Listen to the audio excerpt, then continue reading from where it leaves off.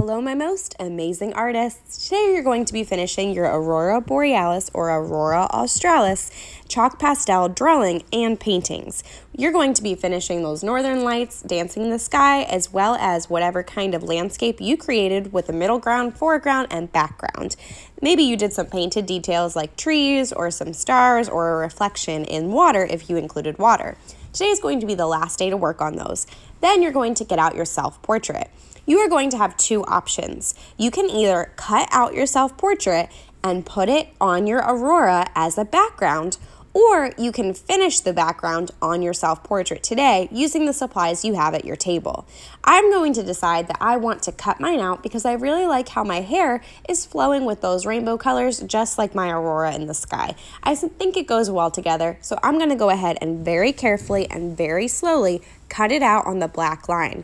I'm making sure that I don't have any white paper on my self-portrait because I want to make sure to cut all of that white paper off so it looks like my self-portrait was meant to be part of my Aurora and that it's just a background for it.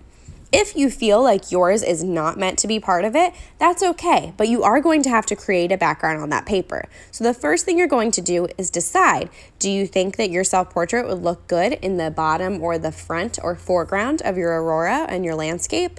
I think that mine would really add something to it because that bottom space is very empty and it just has a lot of water.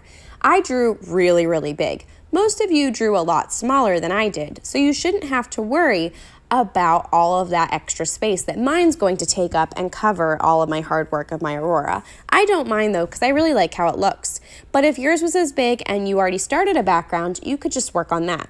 But I'm going to go ahead and cut mine out and glue it to my Aurora. Had a really small self-portrait and a really big background of empty white space, this is going to be the easier option for you today to just cut and glue it into that foreground at the bottom right there. See how I'm lining it up where my hair ended on the edge of my paper? Well, that paper is the same exact size as your black paper, so it can line up with it perfectly. I'm going to match the bottom of the paper or my shirt and shoulders to the bottom of my landscape and my Aurora. When I'm using my glue stick, I'm making sure that I outline all of the edges with glue. Usually teachers tell you not to use too much glue, but today I'm telling you to make sure that you glue all over, starting with outlining the edges. My glue is purple so you can see all of my outlining around my edges of my self-portrait on the back side. Then I'm going to fill in the middle. You're going to need a lot of glue on there because chalk likes to push away the glue and resist it. So it's going to take a little while to really make it stick and a little bit of work twisting up that glue. If your glue runs out, it's okay. It happens. We can throw it away and get a new one. We're going to be sticking these down to that bottom there, making sure that they are really stuck on. So I'm taking the time to make sure I have enough glue. Then I hover it over the bottom where I'm going to match up the bottom of my self-portrait and the side of it because my hair went all the way to the side. If yours only touches one edge of your white paper from your self-portrait, then you only have to worry about lining up that edge. But for me, I had to line up both edges to make sure it fit perfectly on that paper. Then I'm going to flip it over, keep it in one spot, and give it a good massage.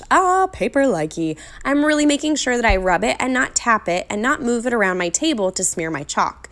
I want to make sure that I really adhere it by pushing down and rubbing around on the back side. But I don't want to smear the chalk, so that's why I don't rub it on this side. I would mess it up by smearing all over. I would probably get black chalk on my face or colored chalk, and I don't want to do that. So after I make sure that it's on there, I do a wiggle test. If I wiggle the paper and it falls off, that's what I know right away. I need more glue.